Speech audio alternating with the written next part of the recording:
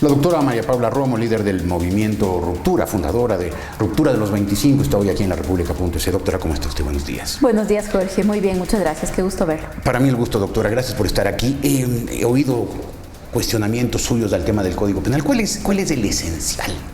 Sí, el Código Penal, para empezar, es algo súper importante. Tanto así que hay autores que dicen que esta es la continuación de una constitución, que cuando uno quiere fijarse en verdad cuáles son las libertades y los derechos vigentes en un país, hay que mirar a su Código Penal. Porque el Código Penal, comparado con la Constitución, nos va a decir muy bien, todas las libertades y los derechos que aquí se anuncian son ciertos o son puras declaraciones. Ese es el principal problema de nuestro Código Penal y esa es la lo primera. Que me está diciendo es que el Código Penal es inconstitucional. Está totalmente en la línea contraria a la Constitución. O sea, borra las libertades que supuestamente consagra la Constitución. Así es un código que no es compatible con nuestro modelo constitucional. Es decir, por un lado la Constitución nos habla de un Estado garantista de derechos y justicia. Y cuando digo esto, porque también hay muchas distorsiones. Con la preocupación que hay sobre el tema de la inseguridad y de la violencia, la gente tiende a creer que el Código Penal es para los delincuentes. Y en parte, sí, deberíamos buscar que el Código Penal asegure que el que la hace la paga. Claro. Pero también que asegure que el que no hace nada no tiene nada que temer. Esas son las garantías. Garantía significa que limite la acción o el poder que tiene el gobierno para venirse sobre mí, porque frente al Estado es muy poco lo que una persona puede hacer en una relación tan diferente de fuerzas. Entonces, nuestra Constitución dice que el nuestro es un Estado garantista de derechos y de justicia. Y que el derecho penal en un modelo así es la última ratio, o sea, es el último recurso. La cárcel es la última respuesta. Para lo que yo pueda darle una multa, mejor le doy una multa que meterle preso. Para lo que yo pueda hacer una amonestación, le doy una amonestación y no le meto preso. Es decir, lo último que voy a hacer es la cárcel. En el Código Penal, que en este momento está en su parte medular, aprobado en segundo debate en la Asamblea Nacional, la cárcel es no solamente que no es la última respuesta, es la única respuesta. Frente a todo, hay cárcel. Frente a todo hay cárcel y además hay varias penas acumuladas. Entonces, hay cárcel, hay multa y decomiso de bienes, hay decomiso del patrimonio y todas además están juntas. Uno se pregunta cómo se espera que una persona que se va presa además pague 200 salarios, se va presa 10 años y además tiene que pagar 200 salarios básicos de multa. Entonces, ¿pero usted no cree que para ciertos delitos hay que endurecer las penas en el Ecuador? Mire, la pregunta también, que no es una pregunta nueva, es si eso es lo que da resultado. Si es que el Código Penal cumple un carácter preventivo o de alerta, o el Código Penal lo que nos dice es cuáles son las consecuencias cuando alguien ha hecho algo. Pero no hay un veredicto sobre eso. Eso bueno, se ha discutido. Hay discusiones larguísimas, siempre. Así es. Cuando yo era estudiante de la Facultad de Derecho, eso ya se discutía y se seguirá muy intensamente. Y se seguirá discutiendo, pero hay estudios, y parece lógico, que muestran que es más eficiente que los años de condena es la certeza de la pena. Es decir, es mucho más efectivo que el mensaje sea, por ejemplo, que de cada 100 violaciones, 90 terminan presos. Hoy día 3 terminan presos de cada 100 y de cada 100 asesinatos 2. Entonces hay 97 violadores impunes, 98 asesinos impunes. Es el índice de impunidad, dice el informe del relator de Naciones Unidas sobre ejecuciones extrajudiciales. O sea, es el último dato que conozco. O sea, la metida de mano de la justicia del presidente Correa fue en definitiva propaganda y más propaganda. Bueno, yo creo que para algunas cosas sí funcionó. Ajá. Por ejemplo, me parece que sería muy interesante hacer un análisis y ver si desde la transformación de la justicia el Estado pierde alguna vez en una corte. ¿Y eso le parece a usted bueno? No, digo, ahí hay un cambio, ¿no? Ahí hay un cambio. Pero un cambio que me parece terrible, que nos sigue dejando a los ciudadanos indefensos frente al gran poder estatal. Claro. Pero a lo que yo me refiero es que tampoco es que la transformación de la justicia solo ha sido edificios. Hay algunos cambios de fondo para peor. Para peor, claro. Pero los datos que tenemos, ojalá la Fiscalía, el Consejo de la Judicatura nos pudiera dar más y mejores estadísticas para poder hacer esta discusión. Pero de los datos que tenemos, si de cada 100 asesinatos 2 terminan con sentencia y 98 impunes. Entonces uno se pregunta, bueno, aunque pongamos 300 años, tal vez dejemos nomás con los años que están Y asegurémonos que de cada 100, 90 terminen presos. Claro. Al menos en los delitos más graves. Los delitos contra la vida, contra la libertad, contra la integridad sexual, deberían enfocarnos no a subir las penas solamente, si es que esa es la respuesta, sino a asegurarnos la certeza del procesamiento y de la condena. Hoy día tenemos, Jorge, el número más alto de personas privadas de la libertad que ha tenido nunca el Ecuador en su historia. Es más del 23.000, 24.000 más o menos. 24.000 ecuatorianos están presos. Están privados de su libertad, tenemos números altísimos otra vez de presos sin sentencia. Hemos vuelto a la práctica de que para todo hay prisión preventiva. Las cárceles tienen un hacinamiento y una sobrepoblación que otra vez nos dispara a límites de tratamiento infrahumano.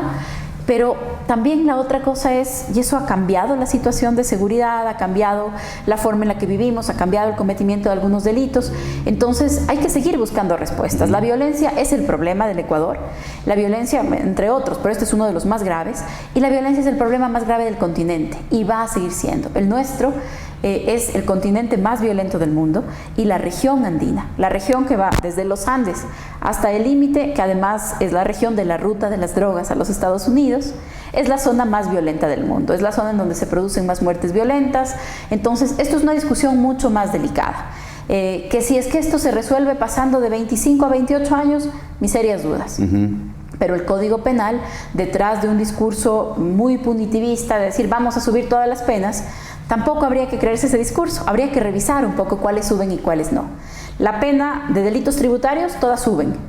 Ahora, llenar el formulario 104 con algún error también va a ser delito, según la última aprobación, ¿no? Lo que uno ahora puede presentar una rectificación, corregir, me equivoqué aquí, en cualquiera de los ítems de un formulario tributario, pasaría a ser delito. No solamente tengo que pagar una multa por corregir el formulario. Desde cosas así, entonces podríamos decir, muy bien, los delitos tributarios suben las penas. El etnocidio baja 10 años. Entonces, sí, el etnocidio, que era un delito sancionado con pena de hasta 25 años, porque siendo un delito de lesa humanidad tenía la pena más alta del código, ahora tiene penas de hasta 15 y 16 años. Y era un artículo yo creo que nos da una medida muy clara del cambio en la política general del gobierno, no solamente en la política penal y en la política criminal, en su concepción sobre el Estado, sobre lo punitivo. Tal vez ese artículo es el más claro. Por lo que usted me dice, doctora, mucho más grave que sea inconstitucional, lo cual a mí no me afectaría, me preocuparía mucho, porque la Constitución de Montecristi no me parece un modelo de constitución, sino más me parece un programa de gobierno. Lo que me parece grave de estas reformas del Código Penal es que están consagrando el Estado policial en el Ecuador, el Estado restrictivo, autoritario, concentrador del poder y limitador de las libertades individuales. Es que justo frente a eso es una buena idea, o es una mejor idea, que una constitución que diseña un Estado de derechos sea la que se tenga que cumplir. Además, porque es la estructura que como Estado deberíamos tener para la institucionalidad democrática. No podríamos hacernos de la vista gorda de una ley que no cumpla con la Constitución. Entonces, por un lado, tenemos una Constitución de un Estado constitucional de derechos y justicia, un modelo en particular, y por otro lado, el Código Penal, efectivamente, de un Estado policíaco, de un Estado castigador, de un Estado de máxima intervención penal, de un Estado con conceptos como la peligrosidad. Entonces, no solamente que la gente no se va presa por lo que hace, sino por lo que yo creo que podría hacer. Hay un artículo, yo creo que hay varios lugares por donde entrarle a un código de 1000 artículos. Hay algunos que se refieren a delitos que se pueden cometer hablando, opinando. Que tienen que ver. Y ya en el Ecuador, así es, algunos hablar están ahí. Y opinar es delito. Y algunos están ahí desde hace 100 años. Algunos nunca han sido usados, algunos han sido estrenados en este periodo, algunos han recibido sentencia por primera vez en este periodo, pero claro, lo grave es que se repitan, pues, porque con la Constitución no los podríamos volver a escribir, que van desde el pánico económico, el pánico financiero, la apología, que ahora no solamente será la apología del delito, sino hablar del sentenciado. Entonces, decía hace unos días un editorial en uno de los diarios nacionales, el que esté sentenciado se va a convertir en innombrable, ¿no? Porque referirse a esa persona también va a ser apología. Hay un delito que también para mí es muy significativo, se llama revelación de secreto, como está puesto en el código, y dice que todo aquel que por su arte, empleo, oficio, profesión, conozca de algún secreto, no es información confidencial, no es pública, nada, un secreto cuya divulgación pudiera causar daño, será sancionado con pena privativa de libertad de 1 a 3 años. Entonces, Ni es información pública, ni es información de la que la Ley de Transparencia y Acceso a la Información Pública califica como reservada, ni estoy poniendo en riesgo la seguridad nacional, y además no se tiene que verificar el daño. Entonces, yo les decía el otro día en un debate con el presidente de la Comisión de Justicia, le decía, le pongo un ejemplo, perdonen el extremo del ejemplo. Si yo soy peluquera y por mi arte oigo un secreto que le puede causar daño a alguien, personal, ¿no es cierto?, y luego lo comento, ya caí en el tipo penal. O sea,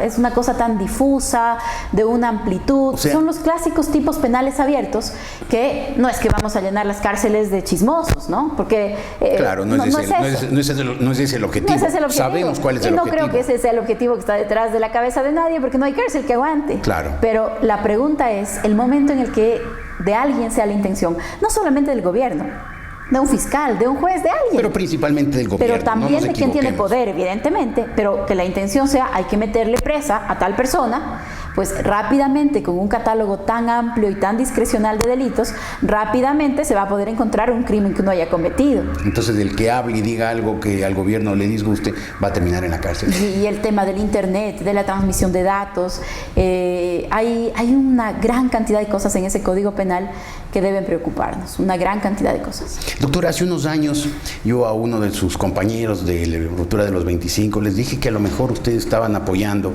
siendo jóvenes, siendo gente que ama la libertad y la equidad, apoyando a un típico gobierno caudillista y autoritario, a lo mejor estaban pecando de jóvenes. Recibí una respuesta destemplada, pero creo que he tenido razón. Sí, probablemente sí, probablemente el giro político del gobierno se va verificando en estas decisiones. Creo que es una conversación. Ningún giro. Yo sí estoy, convencida. La línea autoritaria estaba desde el primer día. Lo que pasa es que ustedes, por jóvenes, no lo vieron, jóvenes e idealistas. Sí, no lo probablemente vieron. Sí. Quienes ya somos más viejos, como me dijo alguno de sus compañeros, quizás por viejo y más recorrido, sí me di cuenta del rumbo autoritario desde el primer día. Probablemente sí, pero yo también creo que hay motivos suficientes para pensar que la disputa política y la disputa ideológica tuvo lugar y había un espacio para hacerlo. Y muchas de las ideas más progresistas que se han discutido están en esa Constitución y otras que no son buenas ideas también, pero la disputa estaba presente y la política de pueblos no contactados estaba presente y estaba presente la política de no tener presos sin sentencia y la política de crear un Ministerio de Justicia y Derechos Humanos y la de cumplir las sentencias del sistema interamericano. Yo creo que hay como unos momentos, unos símbolos, ¿no? Yo recuerdo perfectamente el primer año de gobierno del presidente Correa, siendo ministro de Justicia Gustavo Yalc, el Día Internacional de los Derechos Humanos, cadena nacional en aquel gobierno, para cumplir las sentencias de la Corte Interamericana de Derechos Humanos, pedía disculpas públicas a quienes habían sido violados sus derechos por el Estado. En el decreto de creación del Ministerio de Justicia dice que se crea para cumplir las medidas cautelares de la Comisión Interamericana de Derechos Humanos y para ejecutar las sentencias de la Corte Interamericana de Derechos Humanos. 5 años después, no solo las mismas instituciones, sino las mismas personas nos dicen que el sistema interamericano ha sido malo, que hay que salirse de la convención, que hay que salirse de la Corte. O sea, hay giros evidentes. El tema del artículo del genocidio era es parte un giro del evidente. Proceso de embaucar al Ecuador y de embaucar a mucha gente como ustedes, que jóvenes e idealistas pensaron que por ahí era el camino. Y puestos en este momento, yo creo que una de las preocupaciones que deberíamos todos compartir es cómo, por ejemplo, es una mejor idea que una constitución que tiene una amplia carta de derechos es la hoja de ruta. Yo bromeaba también en estos últimos días, no sé si más de broma o de tristeza, la verdad, pero el domingo de esta semana la Constitución cumplió 5 años de su publicación en el registro oficial. O sea, para nuestros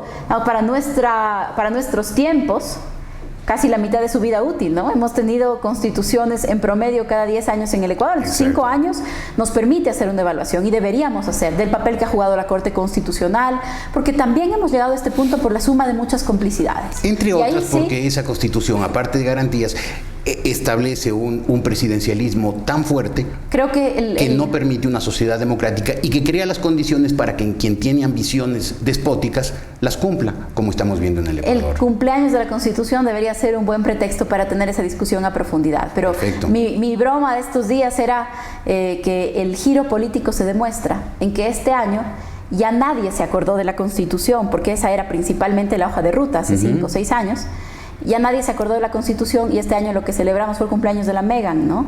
Entonces, frente al cumpleaños de la Megan, el cumpleaños de la Constitución fue una tristeza, porque así ha variado la hoja de ruta. Yo soy una convencida de eso y creo que a pesar de todas esas distorsiones y creo que a pesar de todos esos retrocesos, porque creo que hay un retroceso y una restricción democrática en este momento en el Ecuador y creo que eso es muy delicado. Y a pesar de todo eso, creo que vale la pena seguir disputando esos sentidos en todos los espacios, y es lo que nosotros hemos escogido hacer. Y síganlo haciendo. Doctora, gracias por haber estado aquí. Gracias, Jorge, un lindo día. La doctora María Paula Romo.